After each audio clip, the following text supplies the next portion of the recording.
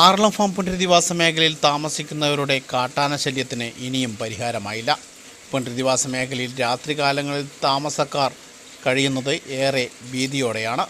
Aralam farm കാർഷിക മേഖലയിൽ നിന്നും തുരത്തിയ കാട്ടാനക്കൂട്ടം ഉൾപ്പെടെ പുനരധിവാസ മേഖലയിലെ ആളൊഴിഞ്ഞ പ്രദേശങ്ങളിൽ തമ്പടിച്ചിരിക്കുകയാണ്. ഇതാണ് താമസക്കാർക്ക് ഏറെ ബുദ്ധിമുട്ട് സൃഷ്ടിക്കുന്നത്. ഇവിടെ നിന്നും രാത്രികാലങ്ങളിൽ താമസക്കാരുടെ കൃഷിയിടത്തിൽ എത്തി കാട്ടാനകൾ വ്യാപക കൃഷിനാശം വരുത്തുന്നതിനോടൊപ്പം വീട്ടിന് സമീപം വരെ ആനകൾ എത്തുന്നതോടെ ഏറെ ഭയത്തോടെയാണ് ഇവർ കഴിയുന്നത്. പുനരധിവാസ മേഖലയിൽ വീടുകൾ കാട്ടാന തകർത്ത സംഭവങ്ങളും ആളുകളെ കാട്ടാന ചവിട്ടിക്കൊന്ന സംഭവങ്ങളും ഉൾപ്പെടെ ഉണ്ടായിട്ടുണ്ട്.